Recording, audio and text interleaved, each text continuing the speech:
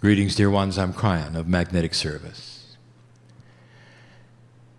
We've spoken of this before. You notice that my partner is ready to go.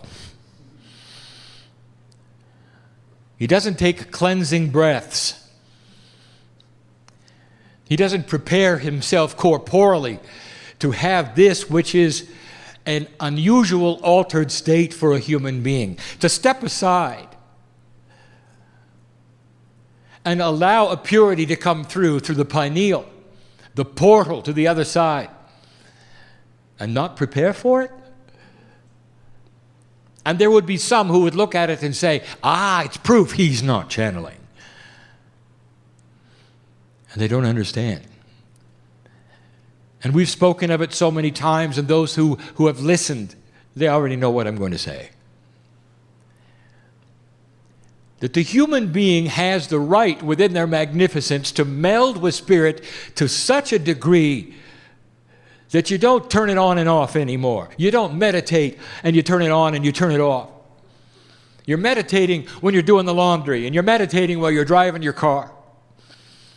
Because it's intrinsically part of you. It's instinctual that the peace of God in you would be alive and well 24/7.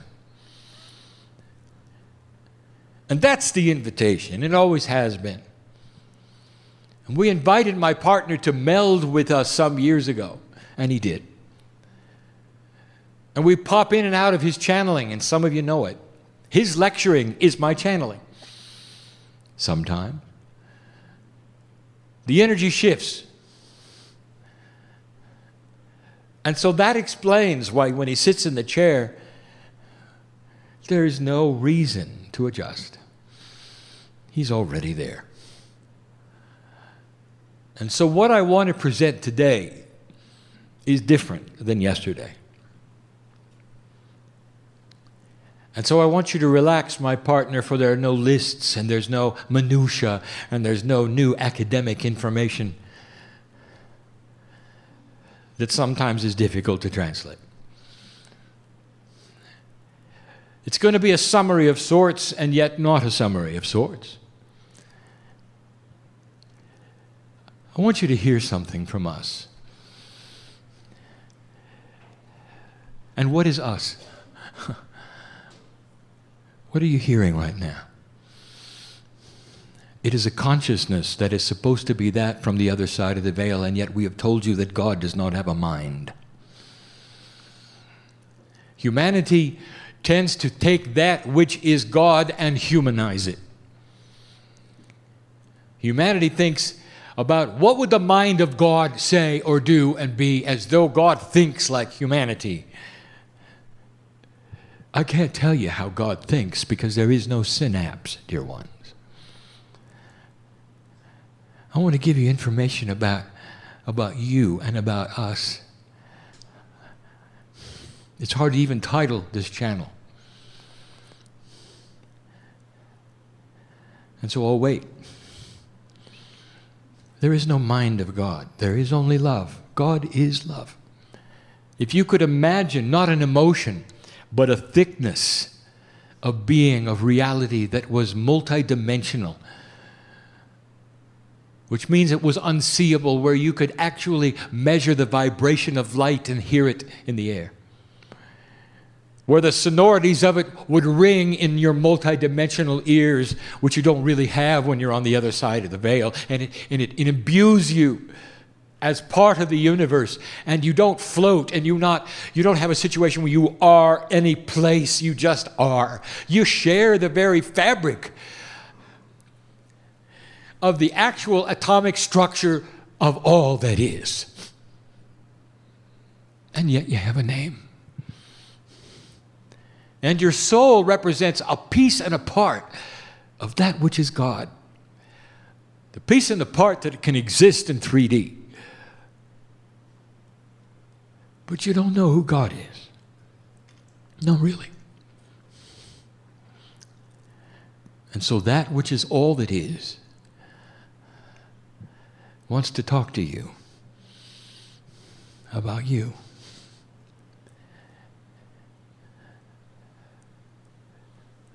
How do we feel about you? I only can give you your perspective based upon your type of thinking, based upon the emotions that you have, the highest of which are compassion and love. And they are poor substitutes for the reality of God. We were there when earth was being prepared. Before any life was on the planet, we were there. It's difficult for you to know that you were too.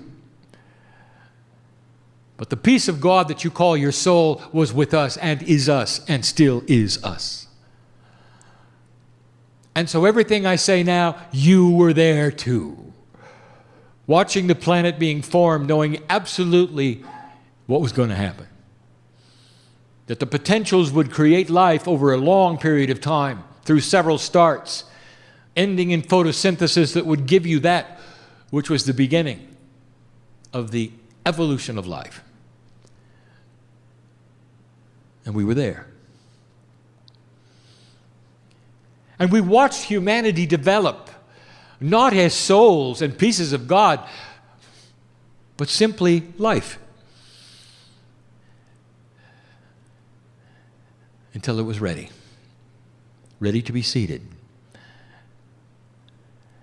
And this is where I want you to depart from what you'd been told or perhaps the traditions. You're a very new life form, dear human being. A very new life form. The galaxy is old.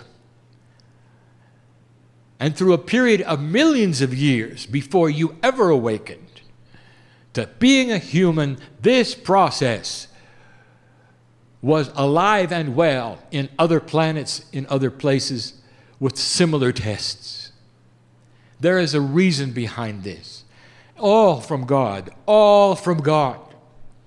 The creative source, which created the universe, according to some astronomers, biased for life, against all odds, intelligent design. They're seeing it, and they're right.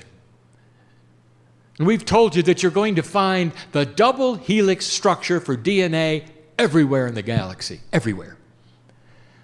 We've told you that when you discover life, and you will at the microbial level, in your own solar system, you'll find DNA. And you'll find it, so much of it, so common, it's everywhere. It's the structure of life. This had happened before. And now it was going to happen here on earth. And we're here.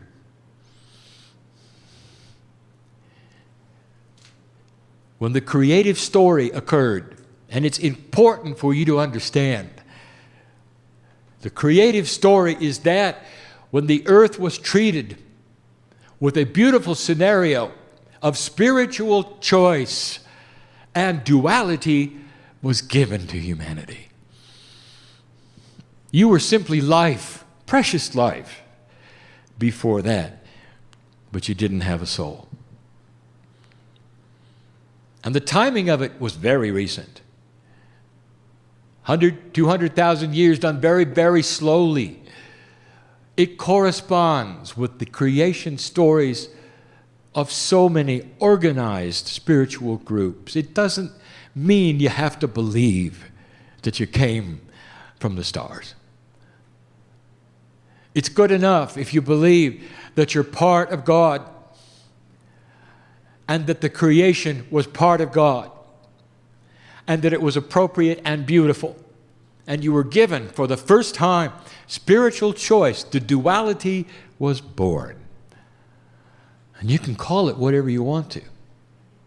You can call it dark and light and good and bad and evil. It's duality. It's just energy. Free choice to find what is inside that was implanted as God or not. Part of the test of the planet. Not of the test of the human being, the test of energy on the planet. There is a reason for all of this. and the seeds that you have inside given to you beautifully in what has even been called the Garden of Eden, which is the metaphor for earth, speak of the magnificence of the Creator inside, and therefore you're born with it that way. And you have the duality so that you can choose what you're going to do with it, or whether you're going to find it. And then we start to get technical, and we talk about the fairness of the test. Your DNA is designed for 100% efficiency, and only the masters had it. In order for it to be a fair test, you'd have to design what degree of efficiency would occur. And so it started at about 50.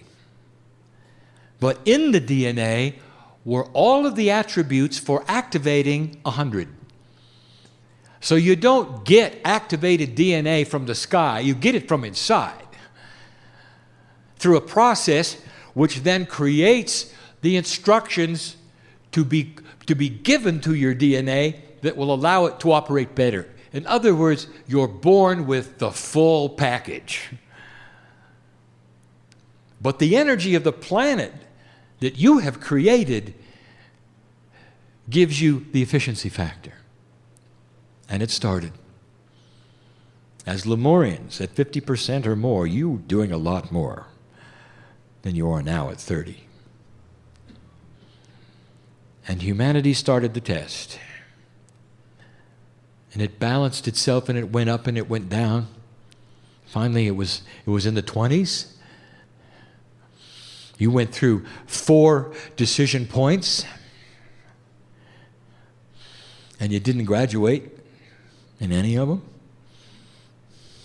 That was your choice. Gaia cooperated with pandemics in some of them, plagues in others, and you had to start over.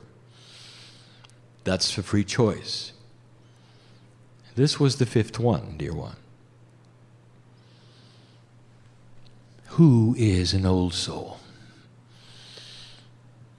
The ones in the room who have awakened and recognized there's more than they've been told.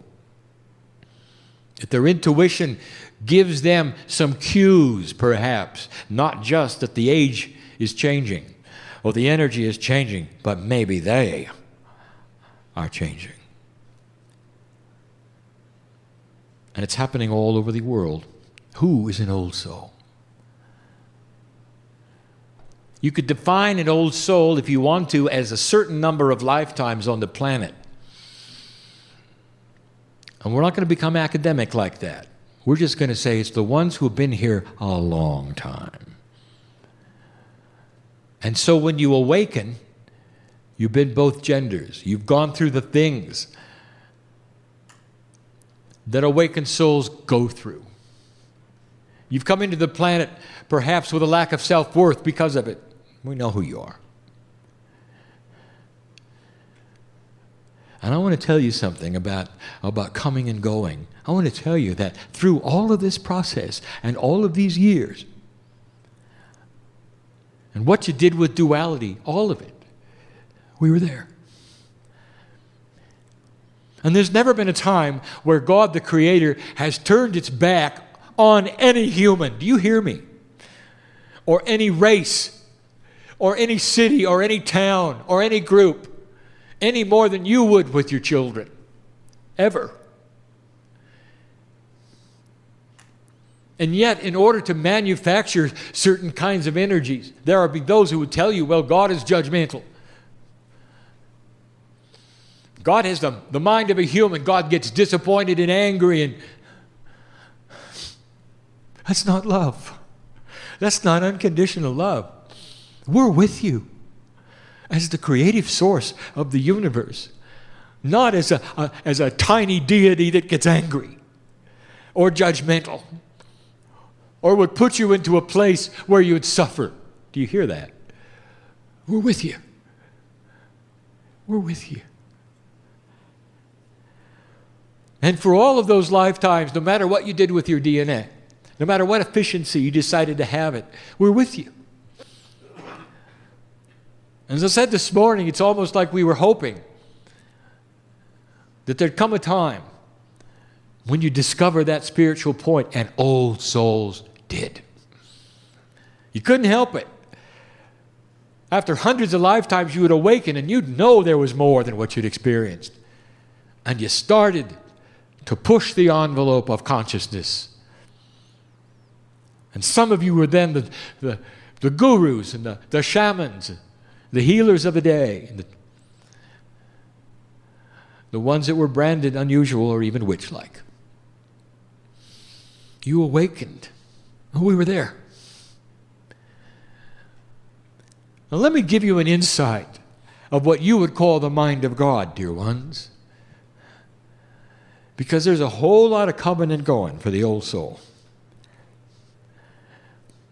And what you would call death would occur, which is simply a transition of energy. And through a process, you would end up again as part of that beautiful collective, which is the universe, where I can't explain who you are, because there is no place, there really is no who. We are one, and yet you're individual. What a beautiful system this is. And we've told you there's a party for you, and there is. It's a God party. We can't tell you about it. And you start to hear the music again. And it fills every part of the multidimensional love that you are. And it sings to you all the time. It is the song of God. It is done in light, and you resound with it, and you carry it with you. It's difficult to explain. But in the process of your coming and going, there is dialogue. We talk about synchronicity. We talk about life lessons. Some of you call them contracts, and they're not. A contract would indicate that you sign up, never changes, you got to go through something, no matter how hard it is. It doesn't give any credibility for anything moving or changing. How human. You never realize that everything is changeable. Everything. And that's the beauty of your power. You come in with one contract, something happens, you graduate to another. You come in to write one book, you write 18. You come in to write 20, you write 2. Because things happen along the way. You meet people. And they react with you in ways you cannot predict. And it changes them and changes you. And we're there. How many of you feel us? I want to just watching. We're part of you. We're there all the time. And you're so compartmentalized that humans did something very interesting with the energy of duality. They gave it names. They gave it energies. They assigned entities to it. They created evil. They created sin and judgment. They created a human thinking God that would then process it all the way a human would. They even have jails that God puts you in between heaven and hell. Does that sound like the love of God? Does that sound like the creative energy of the universe? Does it sound like it? Do you feel that? It's the human brain working the best they can to figure it out. And we're there. You come and you go. Now, in your logic, you might say, well, if we have all of this difficulty as an old soul and we go through all of these machinations of energy and misunderstanding and burning at the stake and being the one at the edge of the village nobody ever talks to because the medicine man is great for healing, but don't get next to him because they're weird. It's not a good life. And Kryon, you're saying we go through that over and over and over, and every time we come, we want to come back? That just doesn't make sense. So let me tell you yet again about our relationship with you. you have our God DNA. The piece of you that is us, you can say it's God DNA. You can't measure it, you can't see it. You're part of the whole. And when you come home and you realize you're part of the universe and this galaxy to a place where you watch the earth form, it changes your perspective. That a lifetime is a blink of an eye. And the puzzle, if you see it being solved, you can hardly wait to go back. And you start to recognize that as an old soul, you are building a lineage, a storehouse of experience that literally stays on the planet through the crystalline grid. And when you come back, it picks up where you left off and you keep going.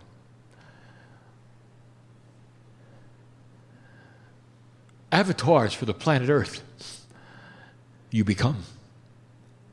And every time you come in, that which is Gaia recognizes you, greets you in the cave of creation in a way that I cannot even explain. It's not with the mind of God. It's with love. The purest love you can imagine. It's not even an emotion. Mother, what is the feeling when you look into the eyes of your child on your chest for the first time in their life? What is the feeling? Is it emotion? Or is it a way of life? And the answer, it's a way of life. It cannot be measured. And that's just a tiny bit of who we are. We're always there. We're with you now as you sit in the chair listening to this message, and some of you are realizing this is real. It's not a man in the chair pretending. Because we want to somehow transmit to you how we feel about you. And we can only do it in your terms. And the best thing we can say is we are there all the time. We're there watching when you sleep. We're there watching when you cry and when you laugh. When you're in trouble and when you're with fear, it just doesn't change. We're just always there. The soup of God is absolute. It's there now. We know who's watching and who's in the room and the puzzles they have and the complexities they have and the worries and the fears. How long will they last? What's going on? Why are they uncomfortable? And we're here. It's so interesting for us to watch you turn around and come back into the planet. So many times we spoke about this attribute, the wind of birth. That's our expression of when you come into the planet and you take your first breath. And your soul fills up and your Akash starts to work and all the things. Your DNA takes the measurement of where it's supposed to be depending upon where Gaia has established it through human consciousness. And you continue. And we've said it before, every woman in the room has experienced battle and every man in the room has given birth. And there's so much human experience here. And how do we feel about that? Remember your family. We're not just talking about the corporeal humanity that is here. Do you understand or not that if you're doing it this time around on this planet, you probably did it before on another? Are you aware of that? Do you know that this is what you do? And you didn't look a whole lot different then either, because DNA is DNA. It forms symmetry and does its job depending upon the gravitational aspects of the planet. Your seed spiritual DNA came from the seven sisters, and we've told you this, you don't have to believe it. It's a cluster of more than 9 stars. They look like they're close together. From Earth, they're not. It's just how you perceive them. That's why they're the constellation you see in the patterning. As you get closer to them, they don't look that way. From a planet who went through what you did. And what if I told you you were there too? How does it make you feel to know that you haven't always been a human? And to some, they'll say, well, it's time to turn off the channel because now you crossed the line. Have I crossed the line, or are you not ready to hear the majesty that you contain? The magnificence of your decisions to return. And we look at you. When you have that which is the pure love of God about ready to step into this planet and separate into so many parts, keeping some of you on my side of the veil, some of you in your corporeal body, and others in your guide sets, and we've explained it. It's so complex. And you look at us and you said, this is important. And in you come. How do we feel about that? How can we love you any more than we do? We're there.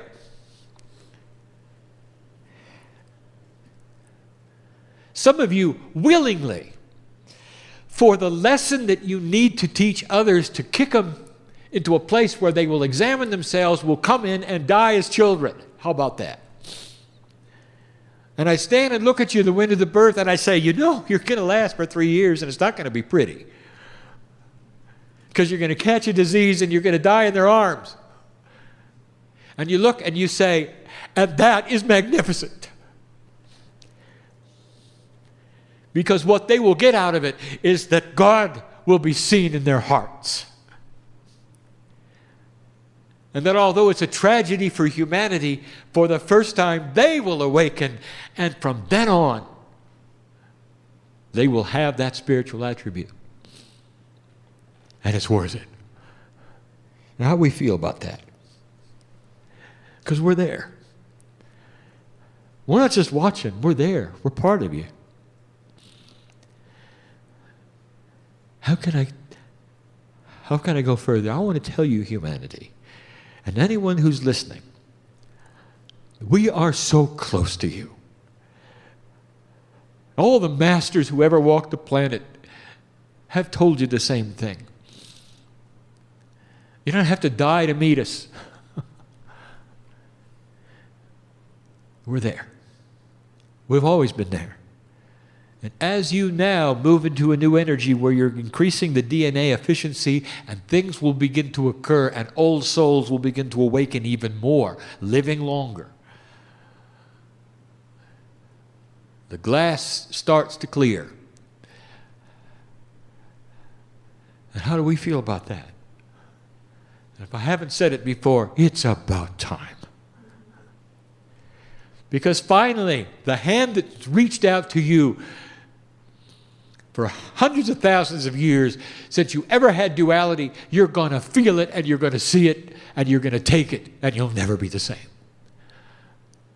And so this would be a good time for that. To awaken to the reality, perhaps, that we are there. That we've always been there. That the mind of God is not the mind of a human being.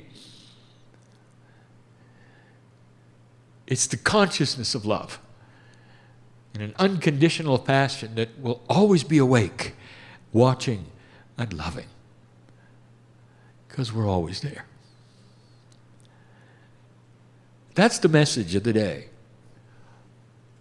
It's not filled with a lot of new attributes or lists or things to remember.